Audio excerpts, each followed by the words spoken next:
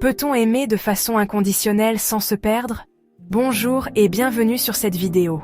Avant de commencer cette vidéo, je tiens à m'excuser pour les filigranes qui sont à l'écran. En effet, j'utilise un logiciel de montage dans sa version gratuite, mais il me tient à cœur de partager avec vous ce que le Seigneur me révèle au travers des méditations de sa parole.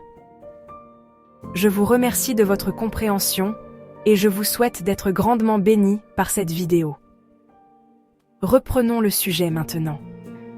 La Bible nous appelle à aimer, mais demande-t-elle vraiment de tout accepter, de tout supporter, même quand cela détruit le respect, la liberté ou la dignité?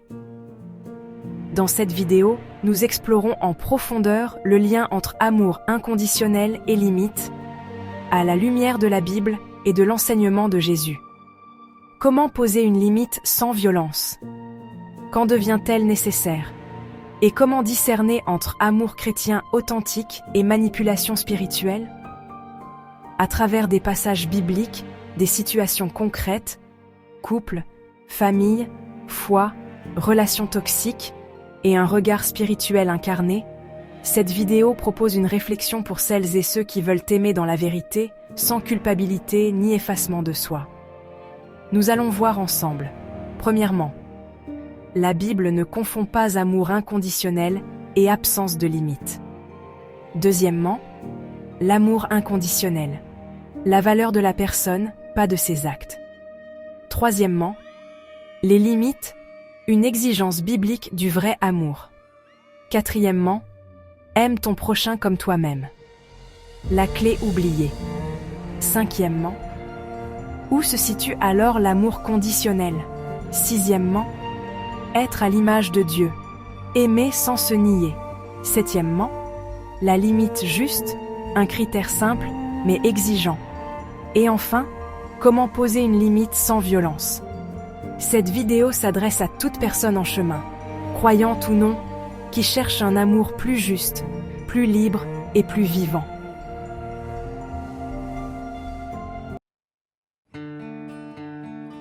La Bible ne confond jamais l'amour inconditionnel avec l'absence de limites.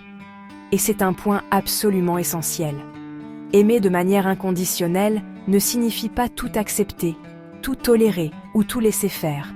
Ce n'est jamais une permission donnée à l'injustice, à la violence ou au mensonge. Même l'amour de Dieu, pourtant présenté comme inconditionnel, n'est jamais permissif. Dieu aime sans condition préalable, son amour précède nos choix, nos mérites, nos conversions. Il ne se retire pas parce que nous chutons ou parce que nous nous trompons. Comme le dit le prophète Jérémie, « Je t'aime d'un amour éternel ». Mais en même temps, la Bible est très claire. La relation avec Dieu suppose une réponse libre, consciente, vraie. Dieu n'impose jamais la communion. Il appelle, il propose, il invite, mais il respecte profondément la liberté humaine. C'est pourquoi on entend aussi cette parole forte. Choisis donc la vie. Il y a là une tension féconde, et non une contradiction. L'amour est donné gratuitement, sans condition. Mais la communion, elle, se construit dans la vérité, dans un choix, dans une responsabilité partagée. Autrement dit, Dieu aime toujours, mais il n'oblige jamais à rester dans une relation qui nierait la vie ou la liberté. Et c'est précisément cette articulation qui éclaire nos propres relations humaines. Aimer sans condition n'exclut pas les limites. Au contraire, cela les rend justes et nécessaires.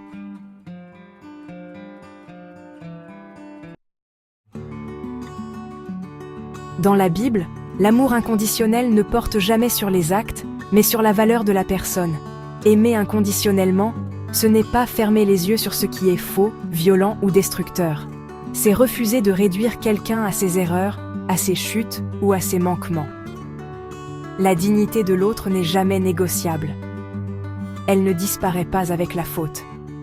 Mais cela ne signifie pas que tout doit être approuvé, excusé ou toléré. L'amour biblique n'oblige jamais à cautionner des comportements injustes, à se laisser détruire, ni à renoncer à sa propre vérité pour préserver une relation à tout prix. Jésus incarne cette posture de manière saisissante. Face à la femme adultère, il ne condamne pas la personne. Il la relève, il la protège, il lui rend sa dignité. Mais il ne banalise pas l'acte pour autant. Il dit clairement « Moi non plus, je ne te condamne pas. Va, et désormais ne pêche plus. » Tout est là, deux mouvements indissociables qui ne s'opposent jamais. Un accueil sans condition qui sauve la personne et un appel clair à un changement qui sauve la relation. L'amour inconditionnel dit « Tu as une valeur infinie ». La vérité dit « Ta vie peut et doit s'orienter autrement ». Et dans la Bible, ces deux paroles ne se séparent jamais.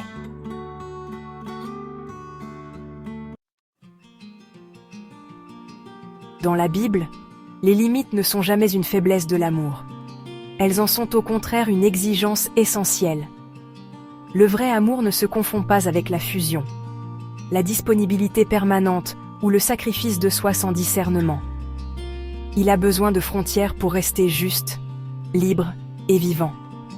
Jésus lui-même pose des limites très claires, et cela peut surprendre, tant on l'imagine parfois comme toujours accessible, toujours disponible, toujours prêt à répondre à toutes les attentes. Pourtant, les évangiles montrent un Jésus profondément aimant, mais jamais prisonnier des demandes des autres. À un moment clé, après la multiplication des pains, la foule veut le saisir pour le faire roi. Jésus refuse cette projection et se retire seul dans la montagne. Jésus, sachant qu'ils allaient venir l'enlever pour le faire roi, se retira de nouveau dans la montagne, tout seul. Jean chapitre 6 verset 15.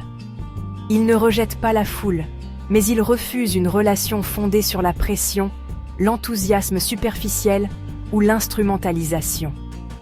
L'amour ne se laisse pas capturer. À une autre occasion, alors que tout le monde le cherche pour qu'il continue à guérir et à enseigner au même endroit, Jésus répond « Allons ailleurs, dans les villages voisins, afin que j'y prêche aussi, car c'est pour cela que je suis sorti. » Marc chapitre 1, versets 37 et 38. Il refuse une demande pourtant légitime, non par dureté, mais parce qu'il reste fidèle à sa mission. Il ne se laisse pas dicter son chemin par l'urgence ou l'attente affective. Jésus ne s'explique pas toujours. Il ne cherche pas à convaincre à tout prix. Dans l'évangile de Jean, après un enseignement difficile, beaucoup de disciples se retirent. Dès lors, beaucoup de ses disciples se retirèrent et cessèrent d'aller avec lui. Jean chapitre 6, verset 66. Et Jésus les laisse partir. Il ne les retient ni par la peur, ni par la culpabilité, ni par la séduction spirituelle. L'amour respecte la liberté, même quand elle fait mal. Tout cela révèle une vérité fondamentale. Aimer ne signifie pas se rendre disponible sans discernement. L'amour biblique respecte la liberté de l'autre, mais aussi sa propre intégrité. Il sait dire oui, mais il sait aussi dire non, se retirer, garder le silence et parfois laisser partir, sans cesser d'aimer. Les limites ne sont donc pas un manque d'amour, elles en sont la forme juste. Sans limite, l'amour se déforme et peut devenir domination, dépendance ou sacrifice destructeur. Avec des limites, l'amour devient vrai, libre et fécond.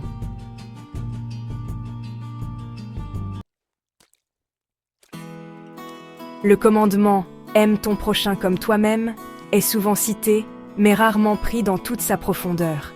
Et pourtant, il contient une clé essentielle, souvent oubliée. L'amour du prochain est indissociable de l'amour de soi. Jésus ne dit pas « Aime l'autre au détriment de toi-même ». Il ne dit pas non plus « Aime l'autre plus que toi-même ». Il dit « Aime l'autre comme toi-même ». Cela signifie que le respect que je me dois à moi-même devient la mesure du respect que je dois à l'autre. Se respecter n'est donc ni égoïste, ni contraire à l'Évangile. Au contraire, c'est une condition pour aimer justement. Poser des limites n'est pas un manque d'amour, c'est un acte profondément biblique. Et se sacrifier jusqu'à s'effacer, jusqu'à perdre sa dignité ou sa vérité intérieure, n'est jamais demandé par Jésus. Quand je ne respecte pas mes propres limites, quelque chose se déséquilibre. Je crois aimer, mais en réalité, je me trahis. Et en me trahissant, je n'aide pas l'autre à grandir.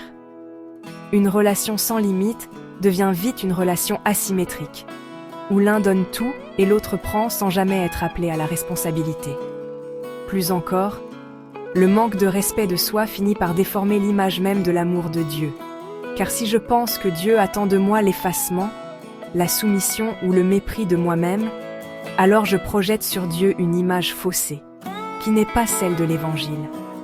La Bible ne fait jamais du mépris de soi une vertu. Jamais. L'humilité biblique n'est pas l'autodévalorisation, mais la vérité sur soi. Reconnaître sa valeur, ses limites et sa dignité de personne créée à l'image de Dieu. Aimer son prochain comme soi-même, c'est donc aimer sans se perdre, aimer sans se renier, aimer dans la vérité. Et c'est précisément là que l'amour devient juste, libre et fécond.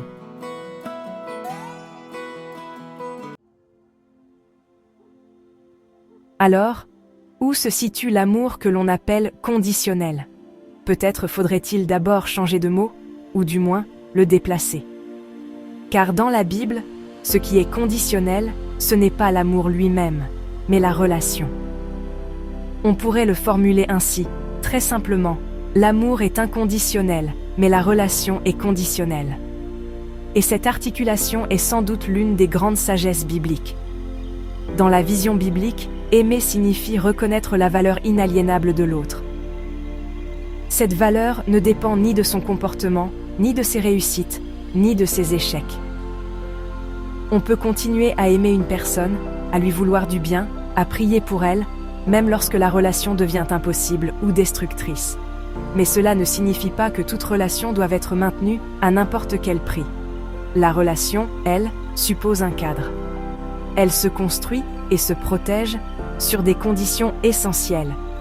La vérité, le respect, une réciprocité minimale et l'absence de toute forme de violence, qu'elle soit physique, psychologique ou spirituelle.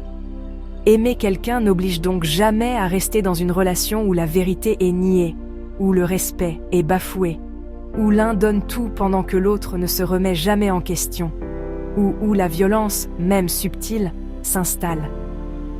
Dans ces cas-là, poser une limite n'est pas retirer son amour, c'est reconnaître que la relation ne peut plus être juste. Et là encore, Dieu lui-même fonctionne ainsi.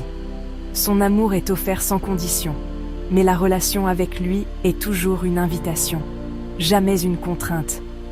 Jésus le dit très clairement. Si tu veux entrer dans la vie, observe les commandements. Matthieu chapitre 19 verset 17. Dieu respecte la liberté humaine jusqu'au bout. Il n'impose ni l'amour, ni la communion. Il propose un chemin et il laisse chacun libre d'y répondre. C'est pourquoi poser des conditions à une relation ne contredit pas l'amour inconditionnel. Au contraire, cela l'honore. Car une relation sans vérité, sans respect et sans liberté n'est plus un lieu d'amour, mais un lieu de confusion ou de domination. Aimer vraiment, c'est pouvoir dire « je t'aime », mais je ne peux pas continuer cette relation dans ces conditions-là. Et cette parole, loin d'être dure, est souvent l'une des plus justes et des plus aimantes qui soient.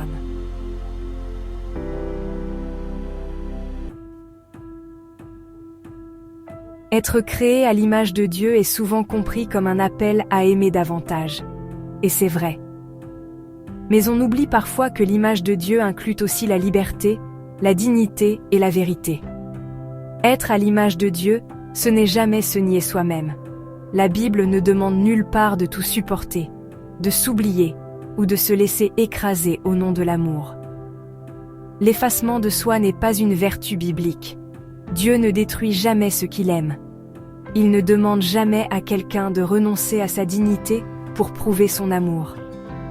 Être à l'image de Dieu, c'est aimer profondément, oui, mais sans perdre sa liberté intérieure.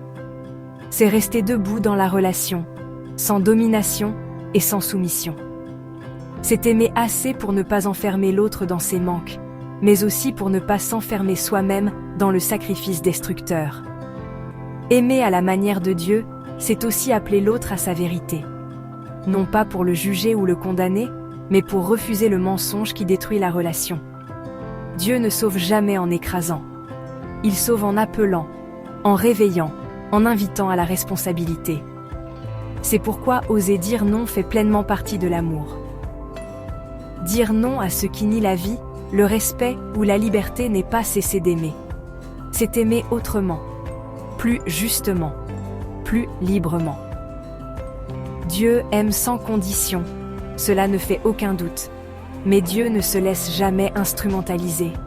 Il ne se laisse ni utiliser, ni manipuler, ni enfermer dans des relations qui nient la vérité. Et si nous sommes appelés à être à son image, alors aimer sans se nier n'est pas une option. C'est un chemin spirituel, un chemin de vérité, un chemin de liberté,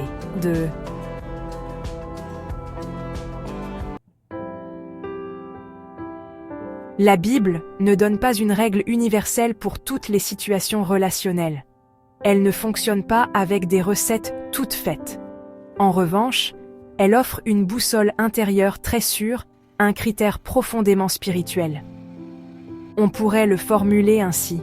Si l'amour que je donne me fait perdre ma dignité, alors ce n'est plus l'amour que Dieu veut pour moi. Ce critère est à la fois simple et très exigeant. Car l'amour vrai, dans la Bible, fait toujours grandir. Il ne détruit ni l'un ni l'autre. Il ne demande jamais de se renier pour pouvoir exister. Quand une relation exige l'effacement de soi, la perte de liberté intérieure ou le sacrifice de sa vérité, alors quelque chose est déjà faussé. Discerner quand poser une limite, le discernement biblique. La Bible ne nous dit pas quand poser une limite à la place de notre conscience, mais elle nous donne des signes de discernement très clairs. Premier signe. Quand la relation détruit la vie. Dans l'Évangile, Jésus donne un critère fondamental. Je suis venu pour que les brebis aiment la vie, et qu'elle l'ait en abondance. Jean chapitre 10 verset 10. Ce qui vient de Dieu donne la vie. Toujours. Alors quand une relation épuise constamment, enferme dans la peur, la culpabilité ou la honte, quand elle exige le silence, l'effacement ou une soumission intérieure, il est temps de s'arrêter et de regarder la vérité en face. L'amour vrai peut faire souffrir ponctuellement. Il peut traverser des crises. Mais il ne détruit pas durablement la vie intérieure. Quand il le fait, poser une limite devient un acte de fidélité à la vie. Deuxième signe. Quand il n'y a plus de réciprocité minimale. La Bible ne demande jamais une réciprocité parfaite. Elle sait que les relations sont parfois déséquilibrées. Mais elle suppose toujours une responsabilité partagée. Jésus dit « Que votre oui soit oui, que votre non soit non ». Matthieu chapitre 5 verset 37. Quand un seul porte tout, quand l'autre ne se remet jamais en question, quand le dialogue devient impossible et que toute tentative de parole est retournée contre toi, alors la relation n'est plus un lieu de vérité. Dans ce cas, poser une limite n'est pas un rejet, c'est un acte de vérité. Troisième signe, quand l'amour devient mensonge. Saint Paul est très clair, l'amour se réjouit de la vérité. 1 Corinthiens chapitre 13 verset 6. Si aimer signifie taire ce qui est faux, justifier l'injustifiable, nier ce que tu ressens profondément pour préserver la paix apparente, alors ce n'est plus aimer. C'est se trahir. L'amour biblique ne se construit jamais sur le mensonge intérieur. Il préfère une vérité difficile à une fausse paix. Quatrième signe. Quand Dieu est utilisé contre toi. C'est un point extrêmement important sur le plan biblique et spirituel. Quand on te dit « si tu aimais vraiment, tu supporterais », Dieu veut que tu pardonnes sans limite. Jésus s'est sacrifié, fais pareil. Il faut être très attentif, car Dieu n'est jamais utilisé dans la Bible pour écraser la conscience ou nier la dignité humaine. Quand Dieu est invoqué contre ta liberté intérieure, quand ton ressenti est disqualifié au nom de la foi, quand poser une limite est présenté comme un manque d'amour ou de foi, alors il ne s'agit plus de l'Évangile, mais d'une manipulation spirituelle. Dieu ne s'oppose jamais à la dignité humaine. Jamais. Comment poser une limite sans violence, ni contre l'autre, ni contre soi? Poser une limite n'est pas attaquer quelqu'un. C'est nommer un cadre juste. D'abord, il est essentiel de parler à partir de soi, et non contre l'autre. Jésus parle toujours depuis la vérité, jamais depuis l'agression. Plutôt que de dire « tu es toxique », il est plus juste de dire « ce que je vis dans cette relation me fait perdre la paix ». C'est exactement ce que dit l'Écriture. Dire la vérité dans l'amour. Éphésiens, chapitre 4, verset 15. Ensuite, une limite juste est claire et sobre. Plus on se justifie, plus on donne prise à la manipulation. Jésus ne se défend pas toujours. Il ne s'explique pas sans fin. Parfois, il répond par un simple silence. Une limite peut être courte, ferme et paisible. Je ne peux pas continuer ainsi. Poser une limite peut provoquer colère, tristesse ou accusation. Mais ce n'est pas un signe que la limite est mauvaise. Même Jésus a été rejeté précisément parce qu'il aimait avec justesse. Enfin, il ne faut pas confondre paix et évitement du conflit.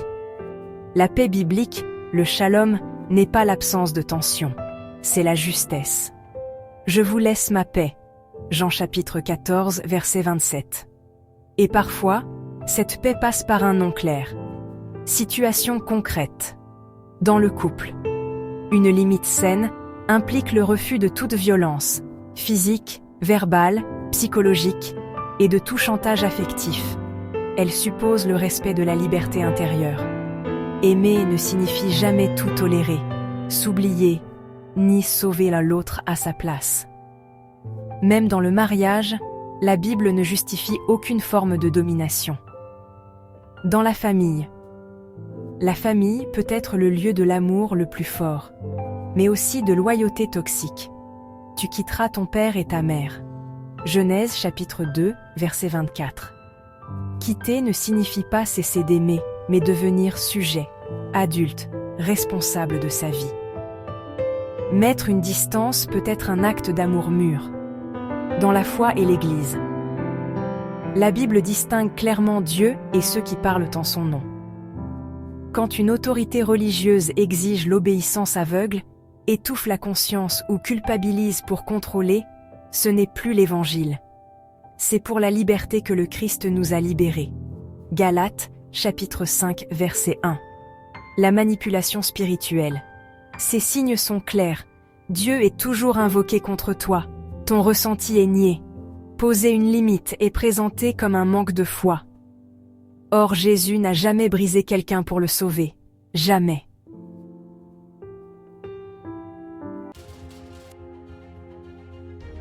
Aimer vraiment, ce n'est pas seulement dire « je t'aime » ou ressentir de la tendresse.